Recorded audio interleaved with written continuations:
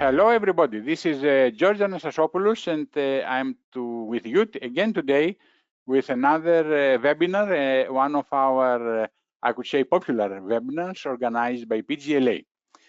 Our topic today is typical findings from ISO IEC 17025 assessments, and I'm going to share with you my experience from probably 25 years in accreditation in different areas of the world, mainly Europe, United States, and Asia, about the more common non-conformities and more typical accreditation assessment findings. Before we go, let me give you a presentation of who am I and who are we. I am the technical manager and international business development manager of PJLA. PJLA is the Perry Johnson Laboratory Accreditation body, one of the largest and I can say oldest accreditation bodies in the United States. PJLA was established in 1999 by Mr. Perry Johnson and is headquartered in Troy, Michigan. And we have providing services in all over the world with more than 2,200 accreditations in more than 32 countries in the global level. So we provide our programs in different standards of conformity assessment, and definitely we are the more strong program we have, and the older program is ISO IEC 17025 for testing and calibration laboratories, but also we provide the accreditation for inspection bodies, product certification, personnel certification, proficiency testing providers, material reference providers, and many other programs. So let me proceed today with our typical findings, and all this experience, as I told you, comes from 25 years of assessments all over the world of typical types of laboratories in many different fields and sectors.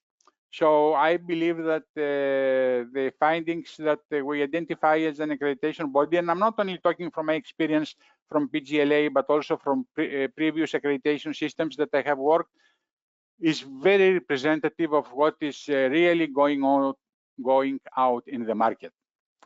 The four categories of the findings are the following.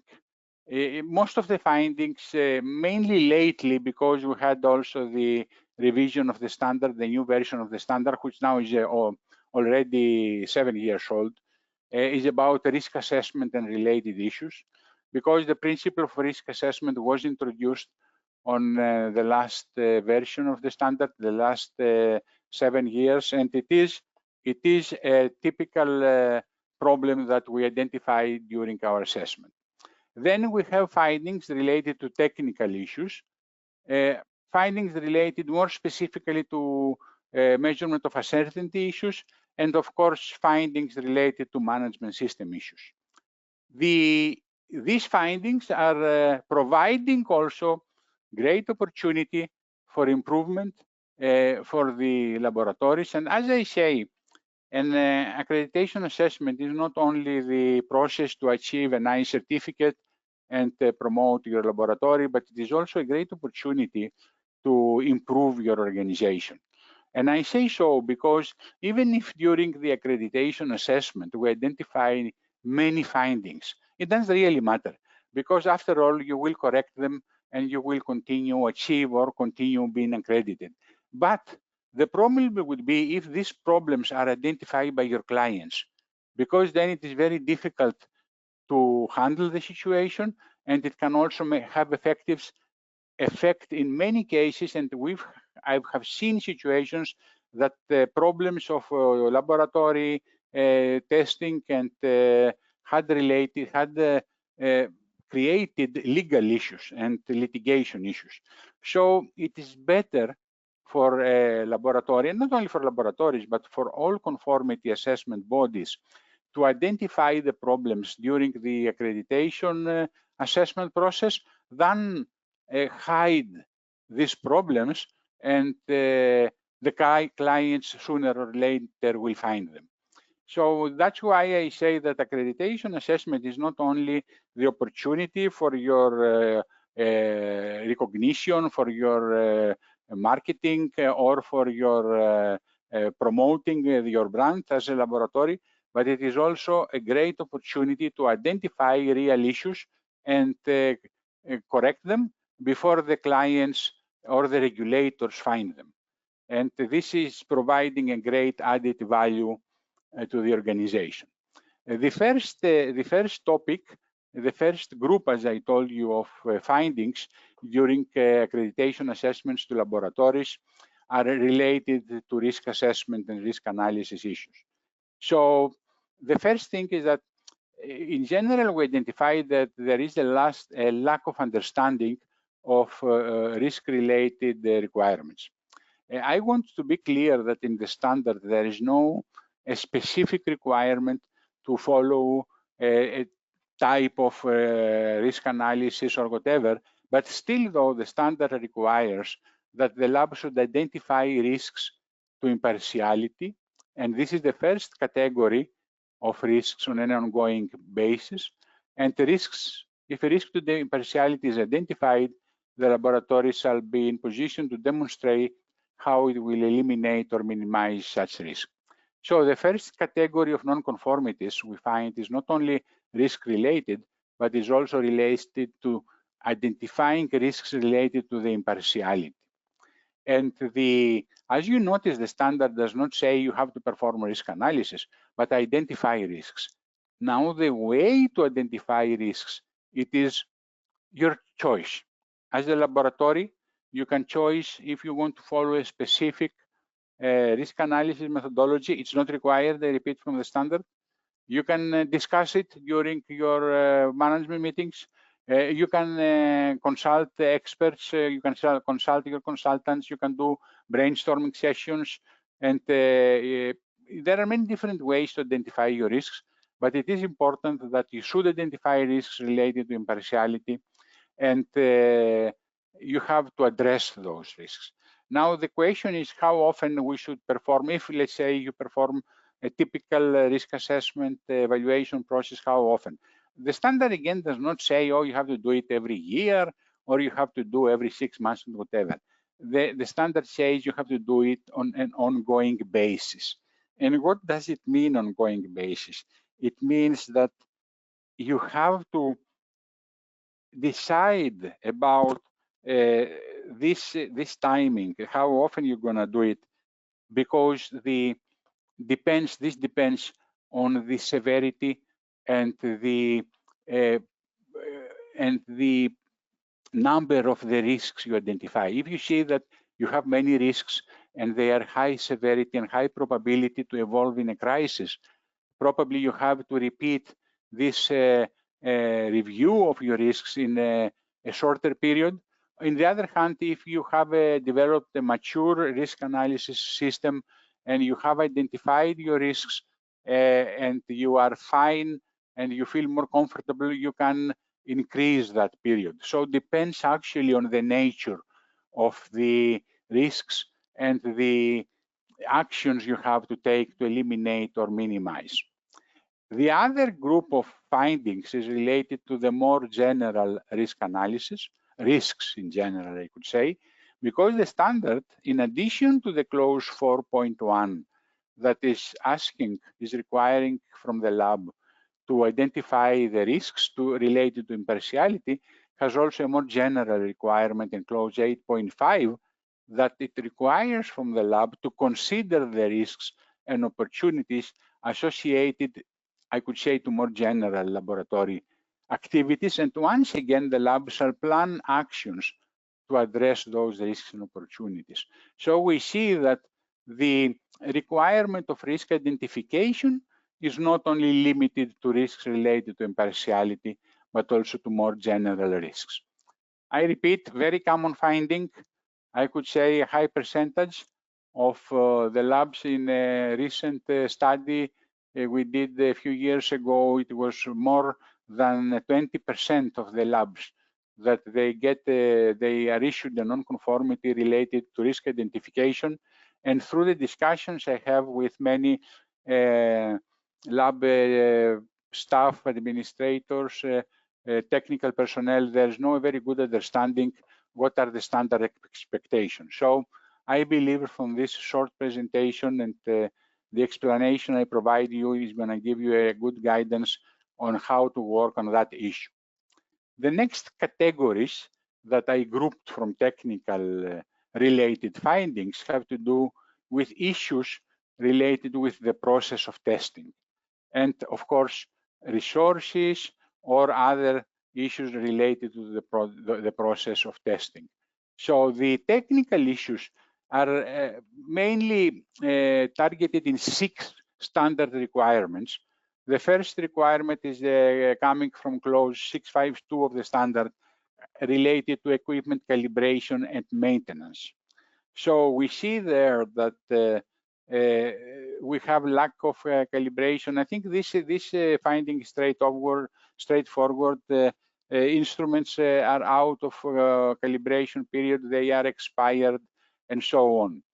And many times from that category of findings, I could say that I get findings from instruments that they are not rarely used. And then the lab comes and says, hey, you know, Dr. George, we have this problem because we are performing this test very rarely, and probably one client may come once every few years, and the calibration is very expensive, and we don't want to perform the calibration every year as is, or every 2 years as suggested by our system. It becomes very expensive and we don't perform this test. So unfortunately, there is no exclusion in the standard to say that if a test is not very often or not very popular, you should not keep a calibrated instrument. So in these cases, what we could do is you cannot include this test in the scope of accreditation. And if this is a rare test and you have a client that they are asking the test, you can always contact the accreditation body, and in PJLA, we will be happy to provide you a scope expansion. Come check your test, check your instrument, or provide us by email through a remote process the evidence and add it back on your scope of accreditation. So definitely, yes, you cannot exclude tests from the calibration, but you can exclude them from the scope of accreditation. So if you don't provide this test anyway, you can remove it. Don't pay for calibration fees, and when you want to put it back, you will contact your accreditation body, you will contact PJLA, and we will provide a very fast and convenient and, of course, a technically competent process to verify that your instrument is back in calibration. Another category of findings is related to non-standard test methods, that we have the so-called lack of validation. So sometimes laboratories or clients are required to perform methods that there is no standard defined, a standard issued by national or international standardization body. They have to develop their own standard test methods. In that case, we are expecting to see the appropriate validation as described in the standard on clause 722. Now, a common also finding is about monitoring and updating employees on new testing methods. In general, we find very good records for the staff, the technical staff, that it is involved in testing. But what is happening in many labs when they are introducing a new test, they forget, let's say, they don't monitor, they don't update the records of their staff as competent to the new testing methods. So in general, this is not a very, I would say, popular nonconformity, but it becomes popular when there are new testing methods introduced in the system. So we are expecting the labs to follow the same procedures as they initially approved, and they verified the competence of their staff to perform a specific testing method, to apply that methodology also when they introduce a new testing method. As I say, don't forget to do it. Ensuring the validity of the test results, there is a procedure required. So we can see many times that there is a process of ensuring the validity, but we don't find procedure to verify that. So I remind you, clause 7.7 requires a procedure to be there to explain how you are ensuring the validity of the test results. Also, one common problem we find is no evidence of assuring the quality of all test results, and we're talking about proficiency test and interlaboratory comparisons. We know that this is a big issue about proficiency testing and interlaboratory comparisons, and many tests are not in there. So be careful. The standard is asking that you should provide a PT or interlaboratory comparison for all tests under the scope of accreditation. And I'm talking about groups of tests that they are very similar, and they are using the same instruments or the similar methodology. Yes, you can group them, but you cannot leave a whole group out of that category. Now, what is a typical problem that we find? We may find the so-called, we call interlaboratory comparisons, but not PT and interlaboratory. What is the difference with interlaboratory and intralaboratory comparisons? Interlaboratory is when you compare with another laboratory, accredited laboratory on the same field and scope. Intralaboratory is when you compare inside your company. If, for example, you're a testing company and you have 10 laboratories under your control, your ownership, you're performing a round of comparison between your own lab. Okay, this is not problem. This is no problem, it's good, but this can be used as internal validation of your test. The standard requires either proficiency test by a third-party proficiency test provider or interlaboratory comparison between external accredited laboratories. So we are expecting to see that. Now, if, for example, you are operating on a specific field or country or region, which is not possible to perform either way, proficiency test or interlaboratory comparison, and your only option is the intralaboratory, you have to contact us, contact your accreditation body, contact PJLA, and we will provide you assistance. It could be under conditions, be accepted, but this is not the standard method. So please be aware of this requirement. Define your program. In PJLA, we say prepare a 4-year program for all the PTs and the laboratory comparison. You don't have to do it every year for every category, but we are expecting to see a program, and we could expect to see that all test categories will be included on this program. The last group of findings related to technical issues is the no evidence of intermediate control or checks. So at clause 771E of the standard, there is a requirement that, depending on the case, of course, we are expecting to see what intermediate control or checks you are doing regarding your tests or calibrations. I was recently, last few weeks ago, in a laboratory, and they had some kind of reference standards that they were using for calibration, that they were calibrated every 2 years. So on my question, what is the intermediate control checks? First, they didn't know that there is such a requirement. But then, even if they knew, they had no understanding that they have to control in between, because 2-year period for a reference calibration standard is a long period. There are many risks involved that they can affect the good status of the standard, the reference standard, or whatever it is. And they agreed that yes, there would be a need to do something. It was not defined.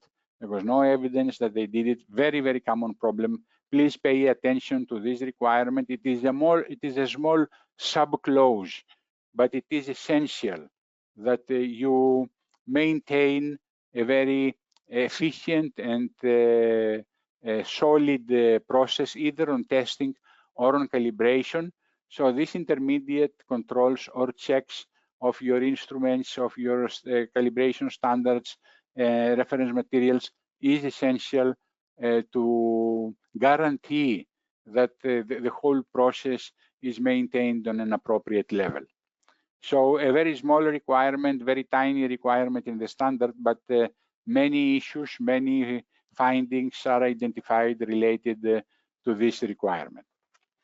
So this concludes the part of the technical issues. Of course, the next one is also technical, but I separated on, I made a different group on that because uncertainty of measurement is a big issue that we identified in testing labs and calibration laboratories. It is related to clause 7.6 of the standard. And what we find out is that, first of all, many times we don't find the appropriate calibrations of a certainty of measurement. Many times also we find only type A or type B. I will explain you what I'm talking about. We have missing parameters.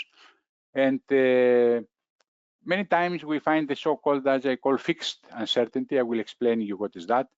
And the most important thing, we are presented with calculations of uncertainty of measurement.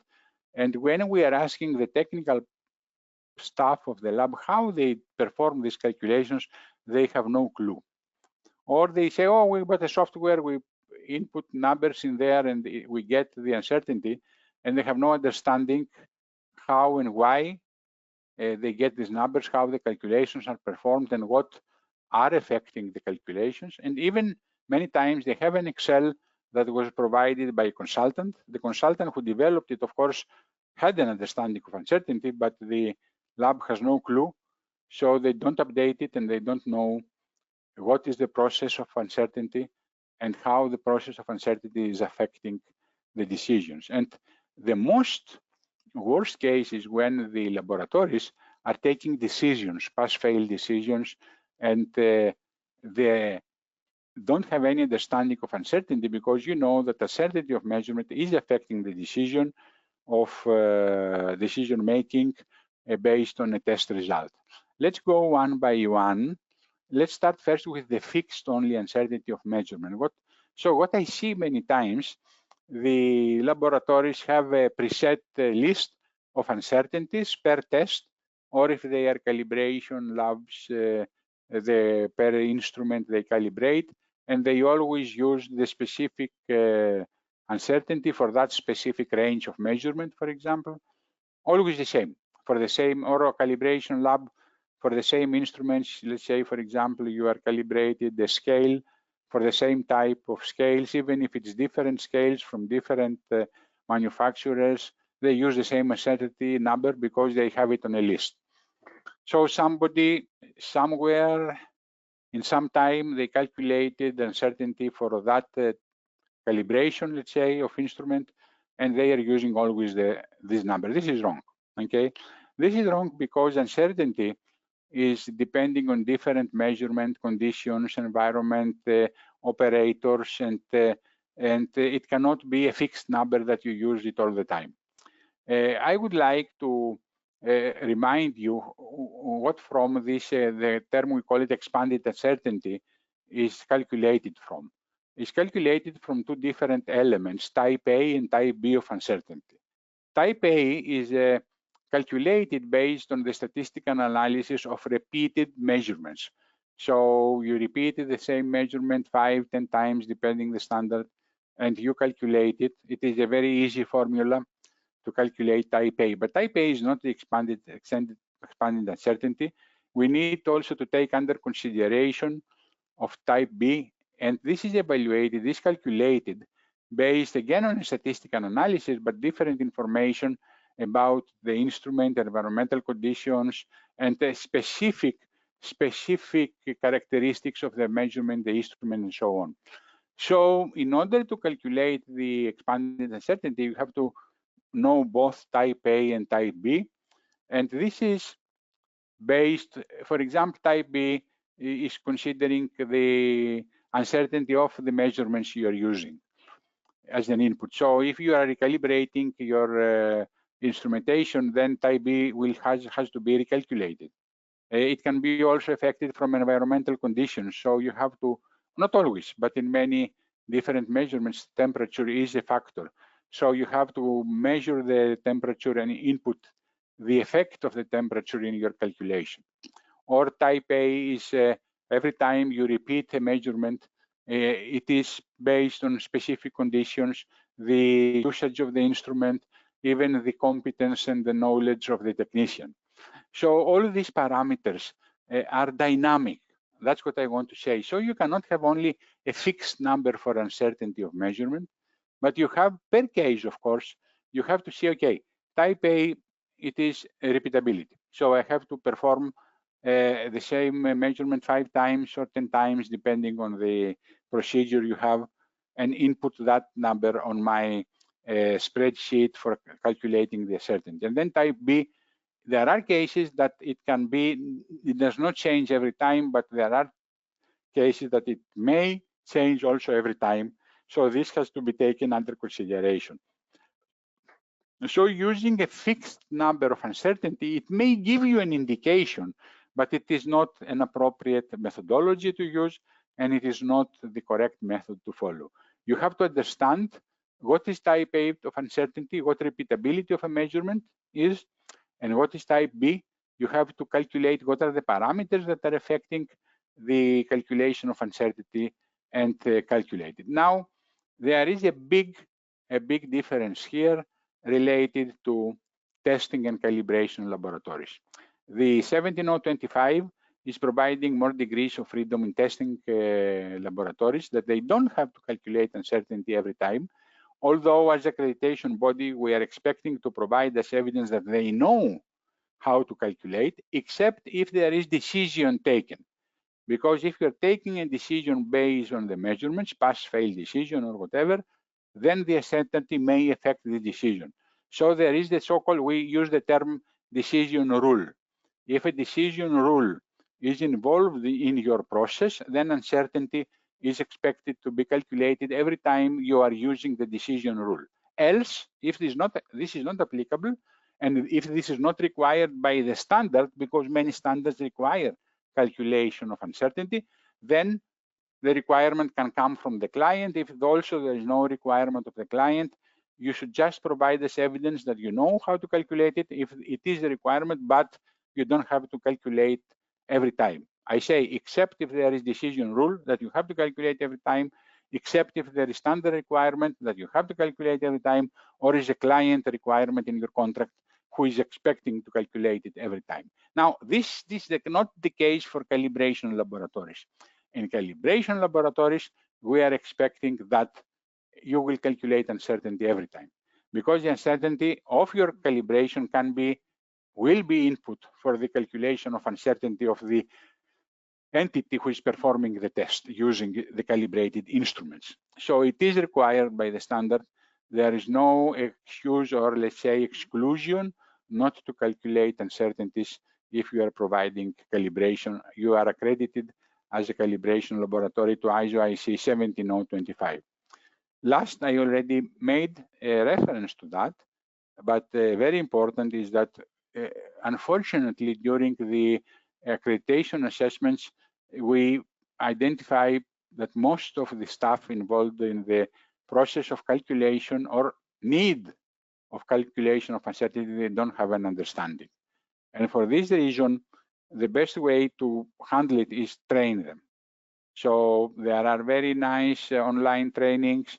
There is also the option to go and get the training from a commercial provider.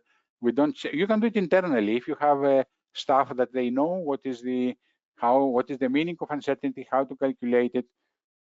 You can do internal training. So we don't expect to see external training, but we expect to see that the lab personnel who is using or calculating uncertainty, they are aware what is we're talking about and what mainly are the parameters that they are affecting the uncertainty of measurement. Very, very important, very, very critical. Yes, I know uncertainty of measurement is not an easy principle. Calculating uncertainty of measurement needs understanding and knowledge of statistical methods, and some mathematics are involved, but there is no other way to handle that. how to calculate uncertainty, how to modify your uncertainty or recalculate if you don't understand how it works. And also, a last element that I mentioned at the beginning, sometimes they say, oh, we have an IT system that calculates and we have no clue. Of course, they never say like this, but that's the meaning, that we cannot affect the process of uncertainty, calculation of uncertainty, because somebody provided us an Excel or we bought a software, we just input numbers and it is calculated. Still, though, we are expecting to have an understanding how and what parameters are taken under consideration. Because if there are parameters that are not considered but are affecting your tests, that you may have a wrong calculation. Even if you introduce a new test and you use the software that was designed for other tests, it can also give you wrong results.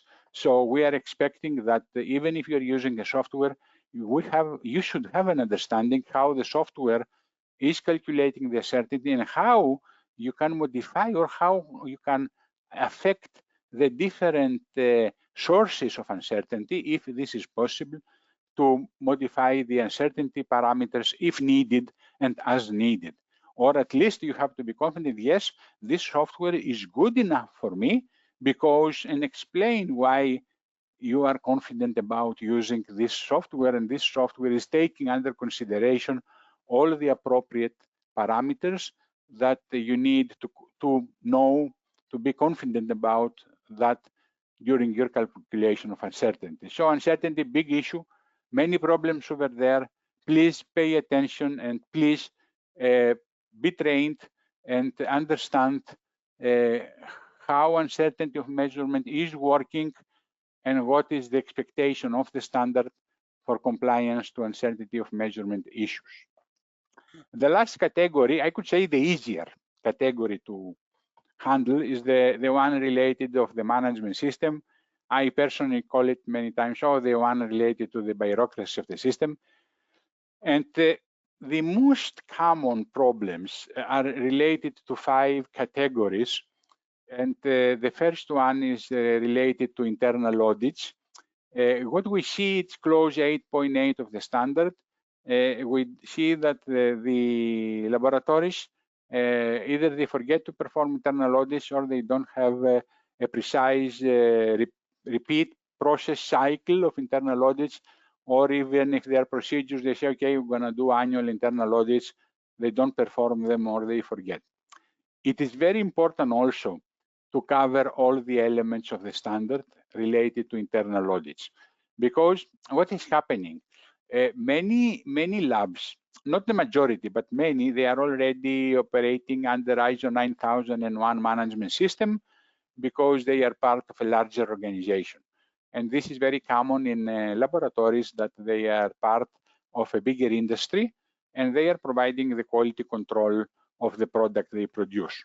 In this case, ISO 9001 was introduced in the system probably much earlier than the ISO IEC 17025. So they are implementing their internal audit procedure of the ISO 9000. This is no problem. This is fine.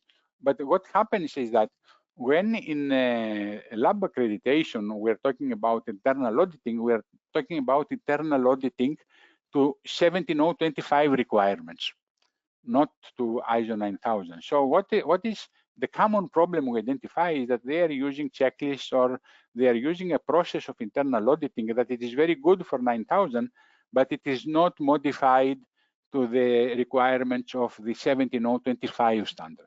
So during this internal audit, they miss auditing critical elements of the testing process, that it is specific requirement of 17025 and it is not mentioned in 9001.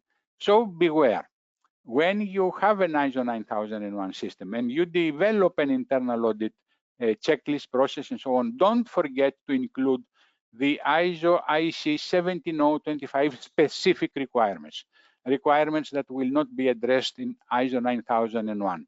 So typical case of many nonconformities, that yes, the labs are performing internal audits, but they don't audit all the lab elements, all the lab requirements as applicable from 17025 standards. So please pay attention on that.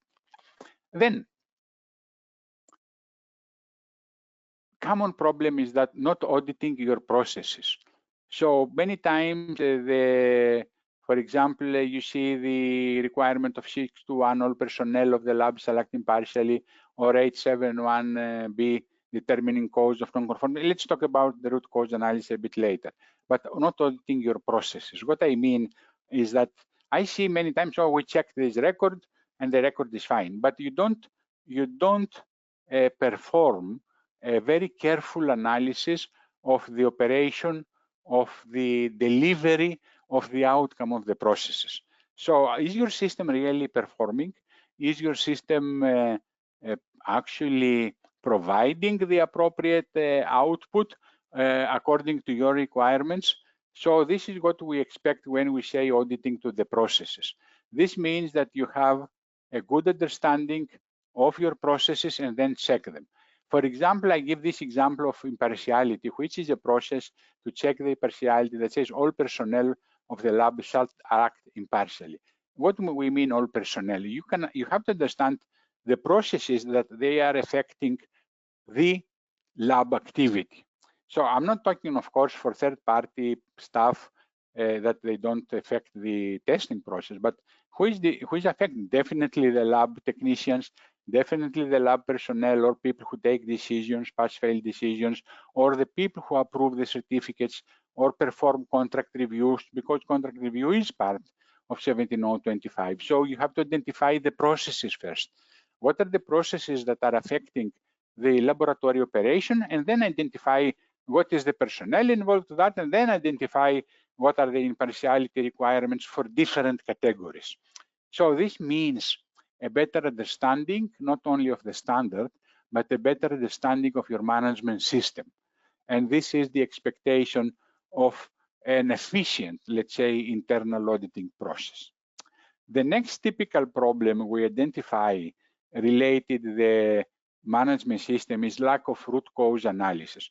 This is not only about internal auditing, because non-conformities can be identified during the everyday operation of a laboratory. They can be also a result of an internal audit process. They can be a result of your accreditation process, audit process or assessment process, or also from a complaint from a client or a regulator or any other stakeholder. So when you have any type of non-conformity, what we see, they say, okay, we identified the problem and this is the solution. And the root cause analysis is most of the time really elementary. I mean, it does not really talk about any root cause analysis, but it is just, I could say, a correction mainly. What correction is expected to be done, and then we will perform it. And we don't really identify the root cause analysis. So if, for example, we say that an instrument is not operating in an appropriate way, okay, you say that the root cause analysis is lack of maintenance, which is okay. It is lack of maintenance, that's why it's not operating. But this is not the root cause analysis. Why it is lack of maintenance? Is it because we don't understand the process of maintenance? It is because our staff is not trained to perform in appropriate way? Is it because we don't have a check, a control that when the maintenance should be performed and how we will control that we did it? Or it can be all this combined, okay? The root causes can be also a combination of many root causes. And then if calculating that, identifying the root causes, we are expecting to see the appropriate corrective actions that they are addressing those root causes. So what we find out is that technically there is no root cause analysis. And from my experience, I see that because it happens because in many cases we don't understand what is the root cause and how to do root cause analysis. So the correction on that, the corrective action could be, as I suggest to the labs, be trained. Be trained how to perform a root cause analysis, how to identify non-conformities, how to identify root causes, and what is the difference between correction and the difference between corrective action. Actually, the difference between correction and corrective action is exactly this. The corrective action will address the root cause. So if, for example, you are moving a specimen and you put it in a package and you send it to another lab and it will break, replacing the specimen or paying for the replacement is correction, but the real root cause is that the packaging was appropriate, or it was not, the people who moved it were not trained and they would not be aware that it was a sensitive instrument or whatever. So the root cause analysis will help you to identify the appropriate corrective action. Else, what you do is a correction. And the standard requires corrective actions and root cause analysis. So typical issue related to management systems, please pay attention. Another group of nonconformities is the management review. The most typical problem in the management review is that the standard has a very long and exhaustive list of issues to be discussed during the agenda of management review, how to build the agenda, what topics to discuss. Many of them are missing, or some of them are missing. So the correction here, the corrective action actually here is very simple. Be trained well, check the standard, find this list A, B, C, D, I, K, many requirements, and be sure that when you're performing management review, you are addressing all those issues. Easy to handle, just pay attention. And the last part of the problems is lack of addressing key requirements and during topic management review. So we see that you perform the management review, you have a list with all the requirements of the standard to be discussed, but in reality, this is a list like a checklist. You say, okay, discussed and so on. We don't see any real discussion. We don't see addressing the key requirements and topics. Essentially, there is no management review. There are records over there just to provide some evidence to your assessor that you did something, but there is no real discussion and so on. And guys, this issue is mainly for your improvement. Technically, if I find as an assessor the finding, if I find the list, I find whatever the standard requires to be included in the minutes of meeting, I will not issue nonconformity, but it is for your own improvement, your own efficiency.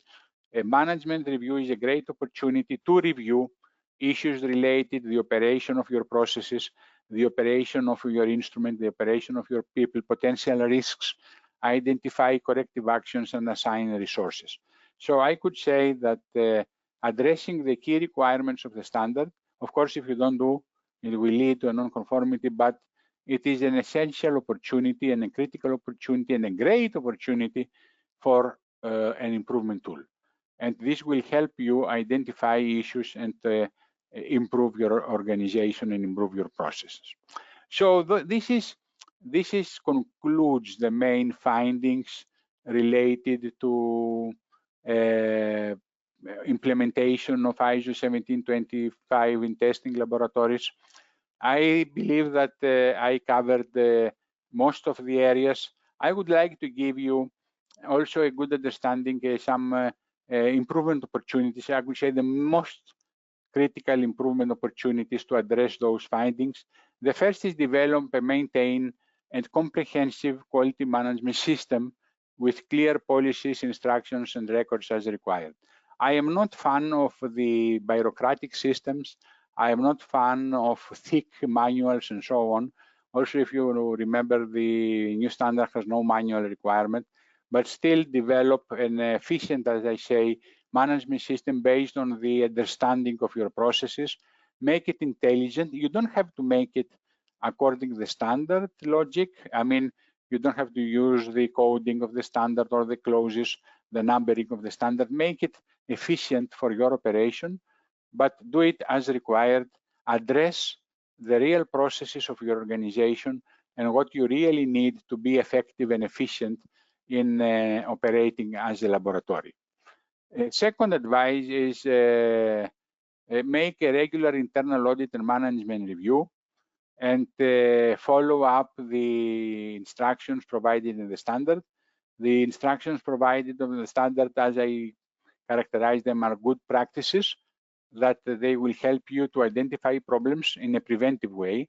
So internal audits will help you to be preventive. Don't leave issues to evolve to major crises and affect your clients. I'm not saying that to avoid the non-conformities from accreditation body. I say that to avoid findings from clients. So keep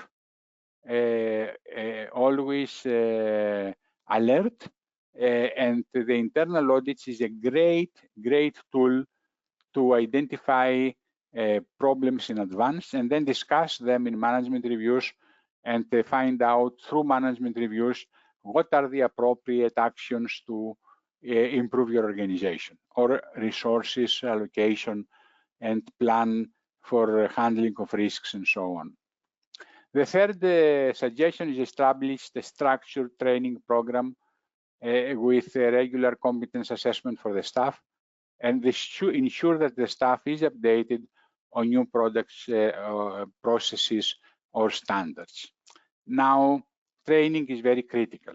Training, as I believe, is the beginning and the end of performing in a really efficient way.